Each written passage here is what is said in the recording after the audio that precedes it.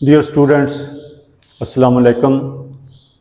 हम physics class 9th chapter number 3 पढ़ रहे हैं। हमारा आज का टॉपिक फंडामेंटल फोर्सेस के बारे में है।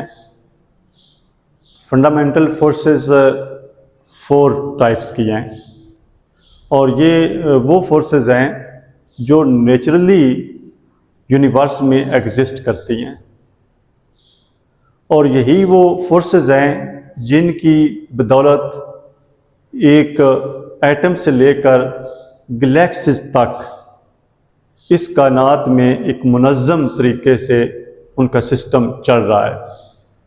अगर ये फोर्सेस ख़त्म हो जाएं तो पूरी कायनात जो है वो कोलैप्स हो जाए। ये फोर्सेस कौन सी हैं? ये हैं ग्रेविटेशनल फोर्स, ये हैं electromagnetic force, strong nuclear force and weak nuclear force. आइए देखते हैं।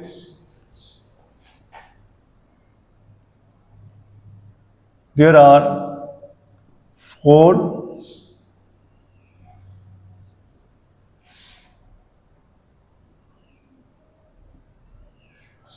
fundamental forces in nature। ये 4 फोर्सेस हैं। Number 1 gravitational force,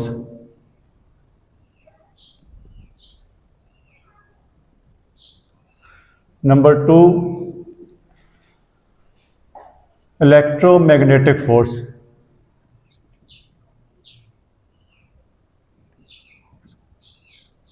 number 3 strong nuclear force,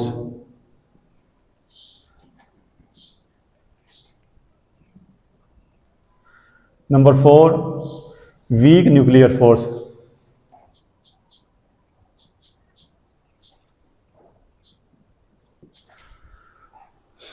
एक मिनट।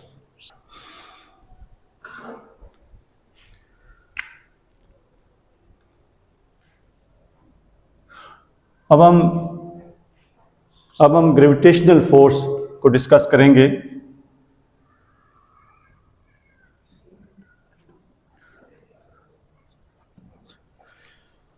ग्रेविटेशनल फोर्स को ऑलरेडी हम पिछले टॉपिक में डिटेल से डिस्कस कर चुके हैं। यूनिवर्स में कोई भी 2 बॉडीज़ जिनका मास जो रखती हैं वो एक फोर्स से एक दूसरे को अट्रैक्ट करती हैं और वो फोर्स इक्वल टू होती है F is equal to G m1 m2 over r square. और जितना मास ज़्यादा होगा उतनी ये फोर्स ज़्यादा होगी और जितना डिस्टेंस दोनों के दरमियान कम होगा उतनी ये फोर्स ज़्यादा होगी। और ये लॉन्ग रेंज फोर्स है। यानी लॉन्ग रेंज का मतलब है कि ये इसकी जो डिस्टेंस है बहुत दूर तक भी ये एग्जिस्ट करती है। यानी डिस्टेंस इसमें जो है वो मैटर नहीं करता, इनफाइनाइट डिस्टेंस तक ये एग्जिस्ट करती है, लेकिन डिस्टेंस बढ़ने से इसकी स्ट्रेंथ जो है वो कम होती जाती है। और ये F is equal to G m1 m2 over r square के इक्वल है, where g is gravitational constant and its value is equal to 6.67 multiplied 10 raised power minus 11 Newton metre square पर किलोग्राम स्क्वायर। सेकंड नंबर पर हमारे पास force है electromagnetic force.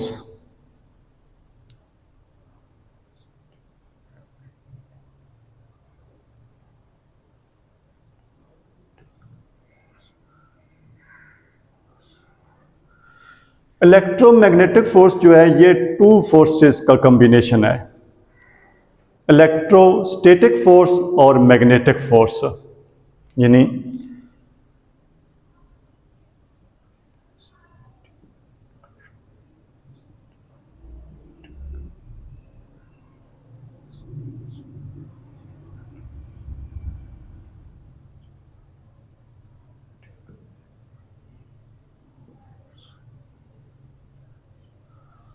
Magnetic force and electrostatic force जो है ये दोनों मिलके इलेक्ट्रोमैग्नेटिक फोर्स क्रिएट करती हैं। और इलेक्ट्रोस्टैटिक फोर्स के बारे में भी हम डिटेल से पढ़ चुके हैं कि ये चार्ज पार्टिकल्स के दरमियान जो फोर्स एग्जिस्ट करती है उसको इलेक्ट्रोस्टैटिक फोर्स कहते हैं। जैसा सेम चार्जेस जो होते हैं वो एक दूसरे को रिपेल करते हैं और अपोजिट चार्जेस हों तो वो एक दूसरे को अट्रैक्ट करते हैं। इसी तरह मैग्नेटिक फोर्स जो है उसके बारे में भी हम डिटेल से पढ़ चुके हैं कि जो मैग्नेट्स होते हैं वो एक दूसरे को अट्रैक्ट भी करते हैं, रिपेल भी करते हैं। अगर चूंकि मैग्नेट जो होता है उसके टू पोल्स होते हैं, सेम पोल अगर करीब लाए जाएं तो वो एक दूसरे को रिपेल करेंगे, और अगर अपोजिट पोल्स एक दूसरे के करीब लाए जाएंगे तो वो एक दूसरे को अट्रैक्ट करेंगे। इस तरह जो मैग्नेट होता है वो मैग्नेटिक मटीरियल को भी अट्रैक्ट करता है। जैसा कि आयरन नेल्स हैं, आयरन है, आयरन को मैग्नेट अट्रैक्ट करेगा, कोबाल्ट को मैग्नेट जो है वो अट्रैक्ट करेगा, और निकल को जो है मैग्नेट अट्रैक्ट करेगा।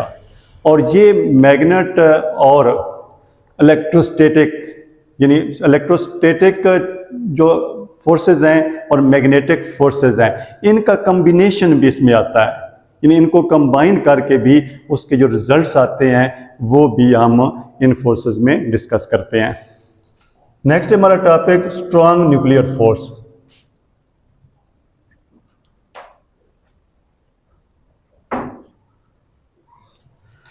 अब स्ट्रॉन्ग न्यूक्लियर फोर्स जो है ये जो है अप्लाई होती है न्यूक्लियस पर। अब हमें पता है कि जो किसी भी एटम का न्यूक्लियस होता है उसके अंदर प्रोटॉन्स होते हैं और उसके अंदर न्यूट्रॉन्स होते हैं। ये टू टाइप्स के उसके अंदर पार्टिकल्स होते हैं, प्रोटॉन्स एंड न्यूट्रॉन्स। अब जो प्रोटॉन्स होते हैं उन पर सेम चार्जेस होता है, जो प्रोटॉन्स हैं उन पर पॉजिटिव चार्ज है, और हमें ये पता है कि जो सेम चार्जेस होते हैं वो एक दूसरे को रिपेल करते हैं। अब होना तो ये चाहिए कि अगर ये टू प्रोटॉन्स हैं, ये प्रोटॉन है, ये प्रोटॉन है, ये दोनों एक जगह पर मौजूद हैं तो इनको एक दूसरे को रिपेल करना चाहिए, और अगर ये रिपेल करेंगे तो जो न्यूक्लियस है वो डिस्पर्स हो जाएगा, ख़त्म हो जाएगा। लेकिन ऐसा नहीं होता, तो इनकी रिपल्शन अपनी जगह पर मौजूद होती है, लेकिन स्ट्रॉन्ग न्यूक्लियर फोर्सेस जो हैं वो इन चार्जेस को न्यूक्लियस के अंदर बाउंड रखने में काम करती हैं, और स्ट्रॉन्ग न्यूक्लियर फोर्सेस की वजह से ये सेम चार्जेस जो हैं ये न्यूक्लियस के अंदर ये बाउंड रहते हैं। अब ये जो फोर्स है स्ट्रॉन्ग न्यूक्लियर फोर्स जो है ये शॉर्ट रेंज फोर्स है। ये क्या है? शॉर्ट रेंज फोर्स है।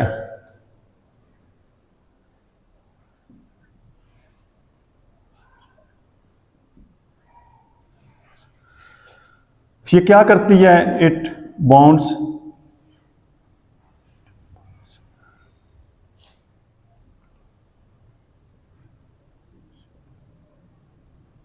nucleons in the nucleus.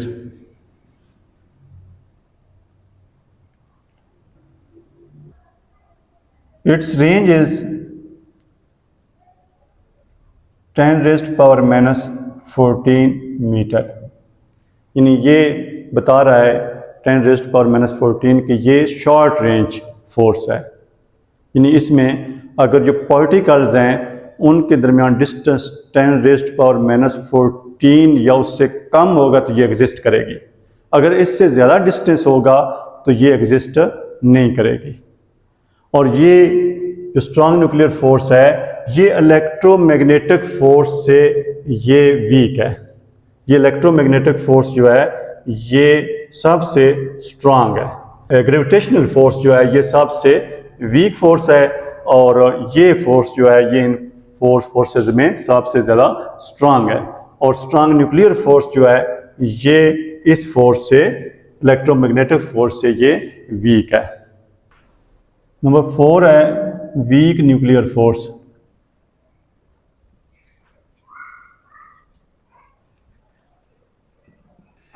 Week nuclear force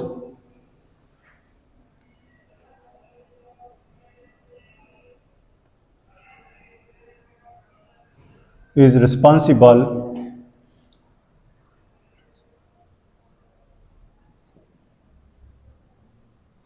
for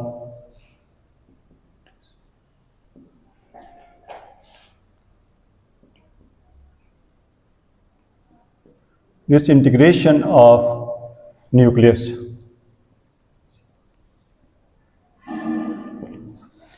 इन ये फोर्स जो है न्यूक्लियस की डिसइंटीग्रेशन की रिस्पॉन्सिबल है, यानी न्यूक्लियस का जो डिस्पर्स होना है, न्यूक्लियस से जो पार्टिकल्स एमिट होते हैं उनकी रिस्पॉन्सिबल है। Radioactive decay is due to this force.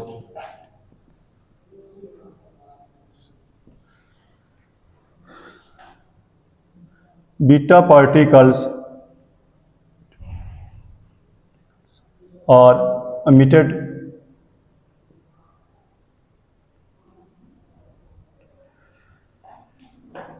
due to this force.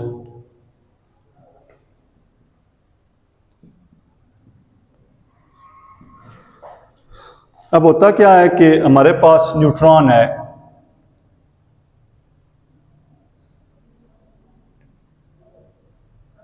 अब न्यूट्रॉन से बीटा पार्टिकल निकलता है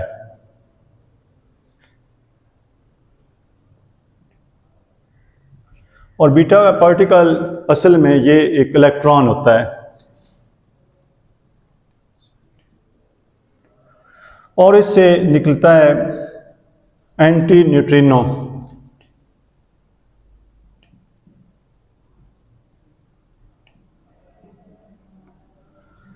और जब ये दोनों, ये जो है एंटी न्यूट्रिनो, इस पर कोई चार्ज नहीं होता, ये न्यूट्रल पार्टिकल होता है।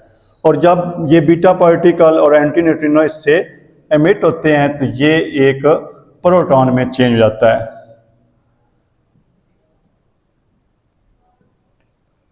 और इस पर प्रोटॉन पर चूंकि पॉजिटिव चार्ज होता है तो ये चेंज होकर पॉजिटिव चार्ज में चेंज हो जाएगा। तो ये वीक न्यूक्लियर फोर्स जो है ये भी शॉर्ट रेंज फोर्स है और ये 10⁻⁻17 मीटर की रेंज पर ये वर्क करती है।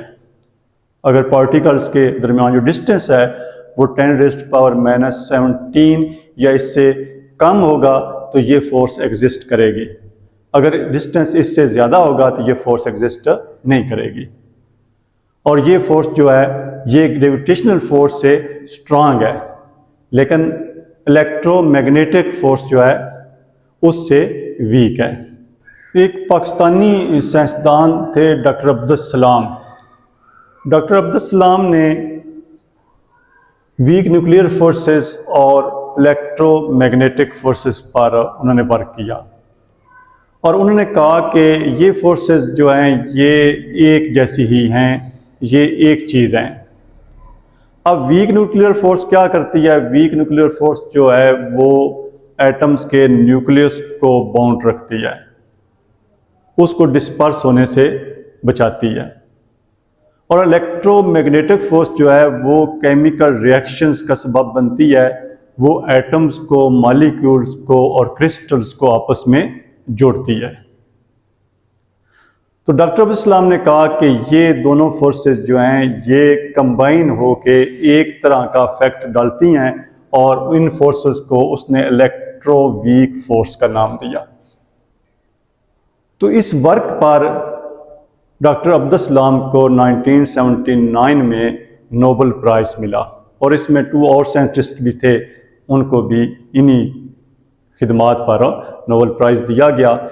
लेकिन ये डॉक्टर अब्दुल सलाम ने इन फोर्सेस पर वर्क किया और ये वीक न्यूक्लियर फोर्स और इलेक्ट्रोमैग्नेटिक फोर्सेस को कंबाइन करके, यकजा करके उन्होंने इसको इलेक्ट्रो वीक फोर्स का नाम दिया।